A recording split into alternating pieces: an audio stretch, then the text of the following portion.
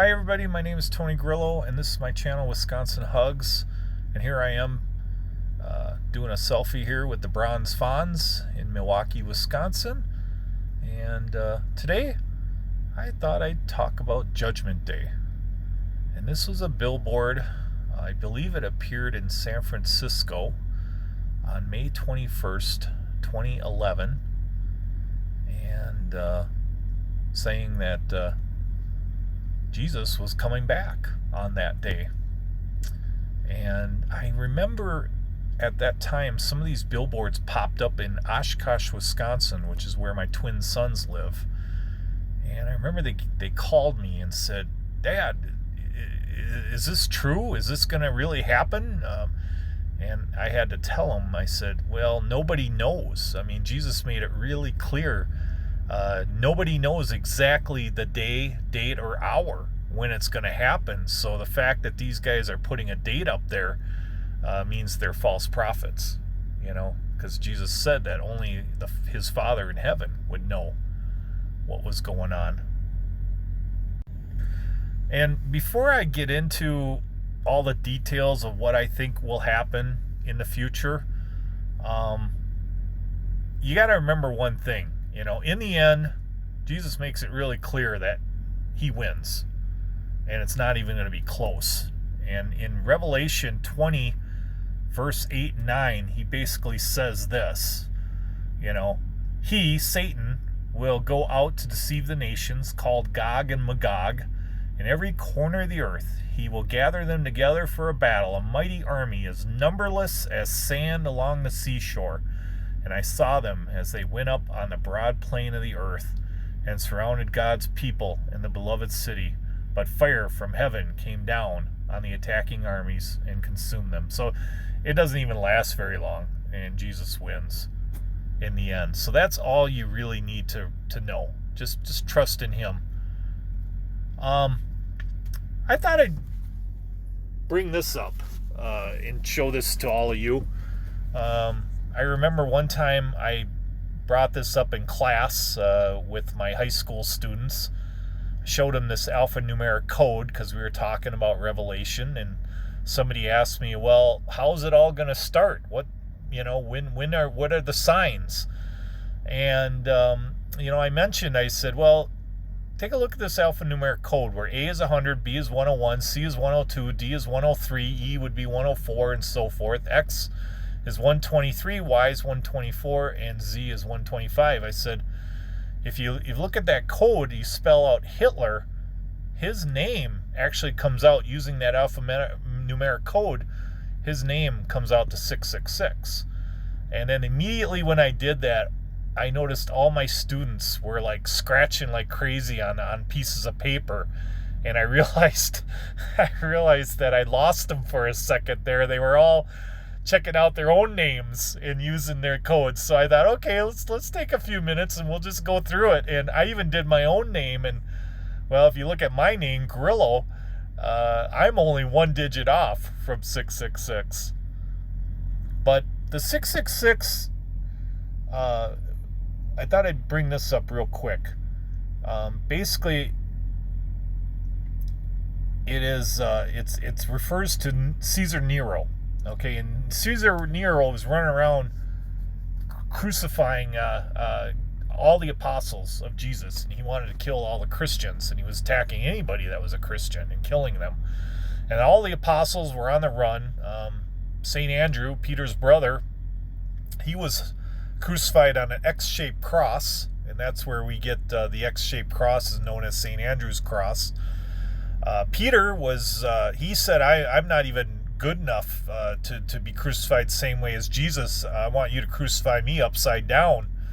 And so there's a body in the Vatican that doesn't have feet, and everybody claims that is Peter's body that's in that tomb. And the reason they say that is because when Peter was hung upside down, when he was crucified upside down, his ankles couldn't support the weight of the body, and so his body tore away from his ankles. And so when they buried that body in a tomb, they buried it without his feet. And that's So, anyways, right here we have Caesar Nero. Instead of the mentioned Greek form, Neron Kaiser, the value of the Hebrew equivalent, okay, hold on a sec. Okay, here we go. Let's go. In Greek, Nero Caesar becomes Neron Kaiser. If we translate Neron Kaiser into Hebrew, we get NRVNQSR, or better known as the letters here, and you get rid of the vowels, for vowels are not written in Hebrew. And if you add the numerical equivalents assigned to each of these letters, just like Roman numerals, Roman numerals have a numerical value. Their total comes out to 666. And so when people heard that in Revelation, when they read that, they knew exactly who John was talking about. He was talking about Caesar Nero. But history does repeat itself. And so there will be another, and Caesar Nero was running around calling himself God. And so he wanted people to worship him, and he was out killing everybody that was Christians. And Jesus says history does repeat itself. So in the tribulation period, this will happen again. There will be a man running around like Caesar Nero, and his name or title will spell out 666 again, and that's how we're going to know that it's him.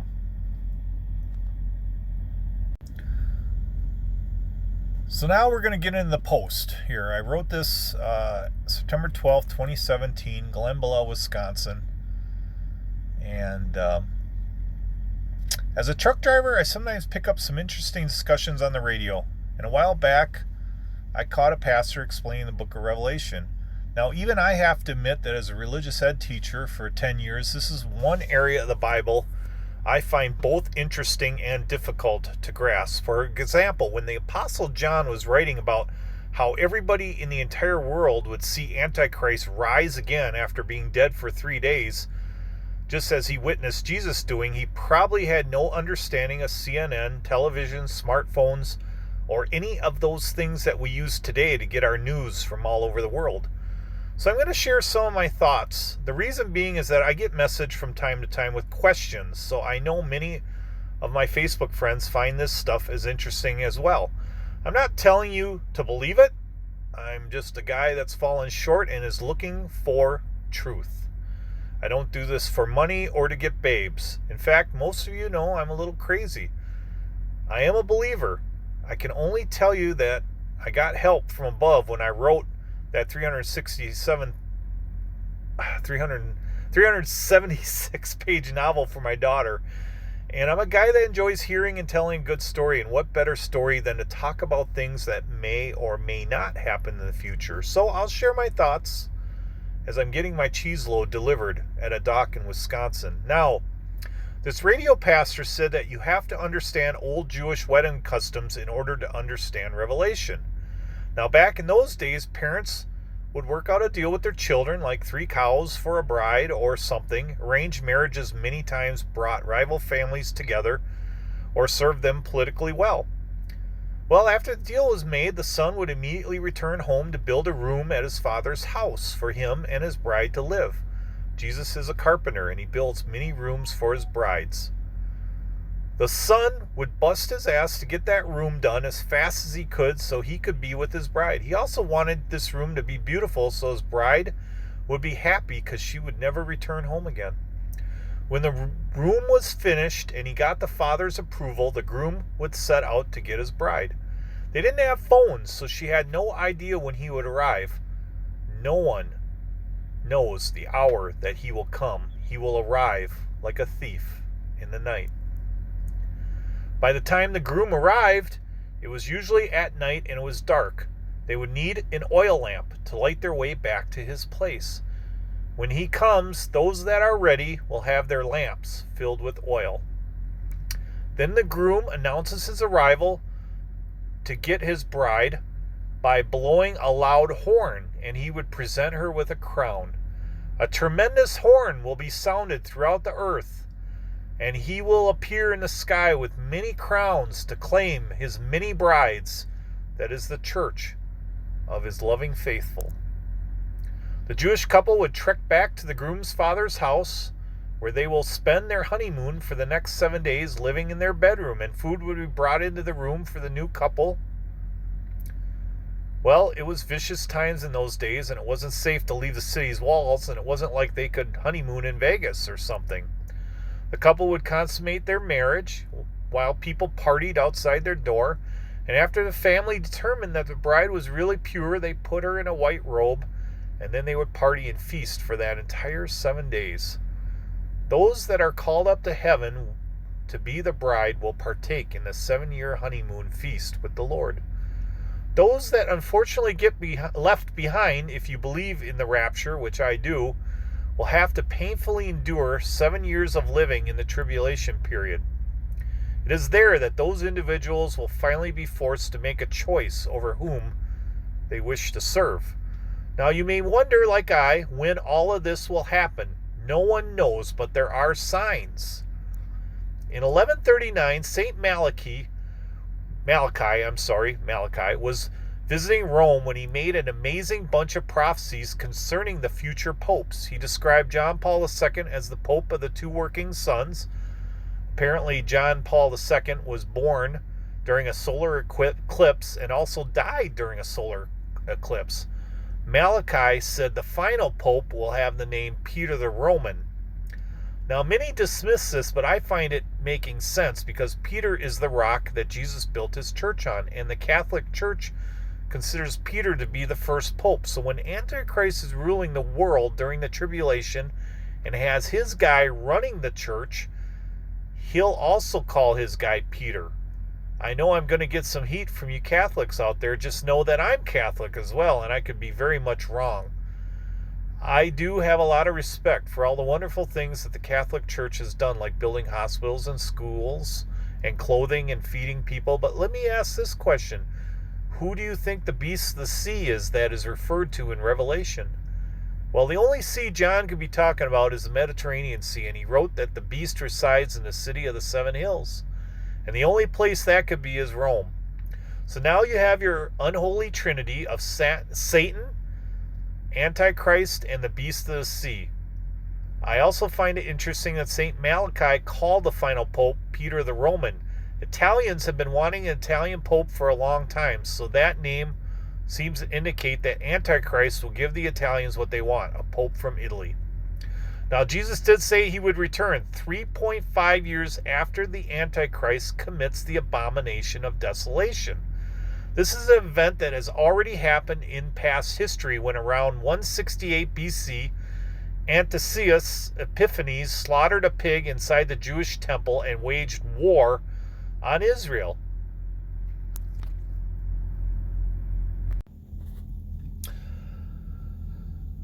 That killed many Jews. Well, right now, Jerusalem doesn't have a Jewish temple. That second temple that was being finished by King Herod during the time of Jesus was destroyed by the Romans in 70 AD. Then the Palestinians occupied the area when the Jews were scattered, and they built their own Islamic mosque called the Dome of the Rock.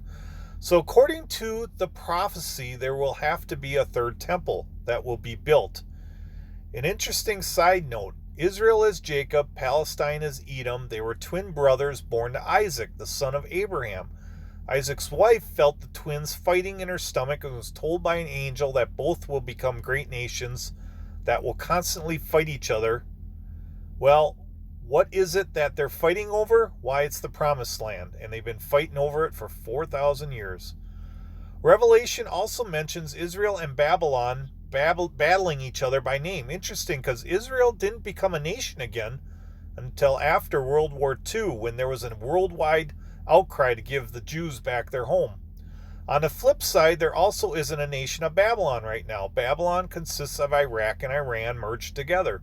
So it's kind of interesting that when the U.S. took out Saddam Hussein, we might have actually helped fulfill Bible prophecy, because Saddam was the only force that prevented that merger from happening.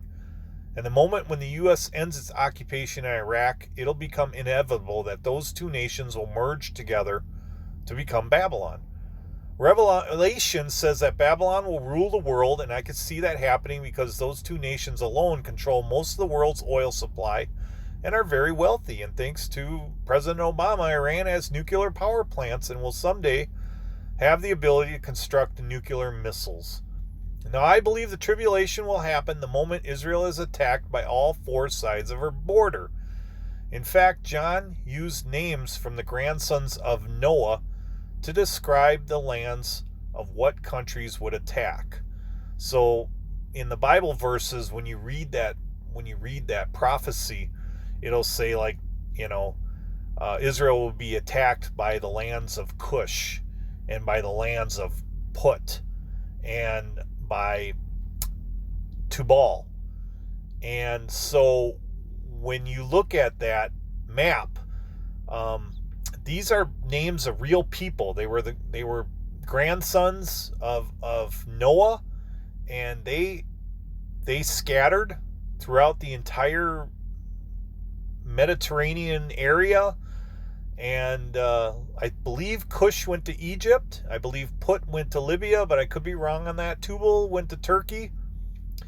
But when you look at those names and where they settled, you come up with these four nations. So, Turkey, Libya, Egypt, and Syria. And if you look at their borders, well, Turkey borders Israel from the north. Libya borders Israel from the west. Egypt from the south.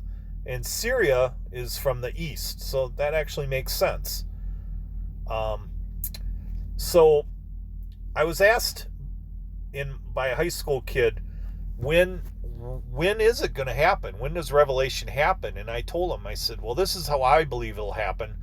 It'll happen when Israel is attacked on all four sides of her border. In fact, there's other prophecies saying that Israel could be attacked from within, like Palestinians may attack from inside the border, and it just may be an all-out attack where a bunch of nations just join in and hit Israel everywhere. It's going to be a really bad time. And when that happens, when the moment that happens, God will say enough is enough, and he will make himself noticed to the entire world. He will create an earthquake, the mother of all earthquakes. And why does he do that? He does it because he wants us to stop fighting. And he's angry. And everybody in the world is going to know he's angry. So let's go back to reading now. So John talks about the lands in Turkey being split in four and then unite to mount this attack from the north. So that may indicate that Turkey may become involved in a civil war where they split into four regions, which hasn't happened yet. So keep your eyes out for that. See if Turkey has a civil war going on. Interesting that the other three nations have already gone through their civil wars, and that is true. Gaddafi was killed by an uprising in Libya, and Egypt went through an uprising, civil war, and now they're controlled by Muslim extremists. And Syria has always been controlled by Muslim extremists, and Turkey now, who used to be an ally of the United States, now Turkey wants nothing to do with us. They don't want to be our friends anymore, and they are basically also being run by Muslim extremists. And so anyways, that attack, when it finally occurs, that is the moment that God finally says enough is enough, and a giant earthquake will rock the entire world. Okay? Every single building will be knocked down. Coastal cities will be devastated. Many will die, but the fighting will stop. And this is probably when the tribulation period will start. So if you believe in Left Behind and that whole story there, That's when those that are one, basically Jesus will appear in the sky, and he will call everybody to heaven, and they will celebrate the tribulation, the 7-year honeymoon, and then down on earth you will have the 7-year tribulation period. So here we go. Let's get into it. By this time, Antichrist has full control of the world, and he will broker a peace with Israel, and we know that'll happen. I believe this is when the Dome of the Rock will have perished in that gigantic earthquake, and Antichrist will allow Israel to build their third temple, and then Antichrist will come riding into Jerusalem on a beautiful white horse, while everyone shouts praises that he is their long-awaited Messiah. Now that is mentioned in prophecies in Revelation, that this will happen, that the Jews will call Antichrist their long-awaited Messiah. That's crazy, but that's Jesus says that's how it's going to happen. Now this peace, however, will be short-lived, because 3.5 years later, Jesus says that Antichrist will commit the abomination of desolation. So that means he's going to slaughter a pig, and he's going to wage war. He's going to slaughter a pig in the temple, in the third temple, and then he's going to wage war in Israel. And it'll be so awful, Jesus says he hopes that it doesn't occur on the Sabbath, when people won't be able to flee. Now the Bible clearly warns us not to take the mark of the beast. We are told that if we take that mark, our name will be stricken off from the book of life. Now, I'm not sure what that mark is, but we are told that the only way you'll be able to do business or purchase goods is to display the mark. The mark is an oath of loyalty to Antichrist, and those that don't have the mark will perish by the sword. So that's a big warning for all of you. Do not take the mark, whatever you do, because if you do, you're told that your name will be stricken from the book of life, and you will not be able to you will not be able to be with Jesus in heaven.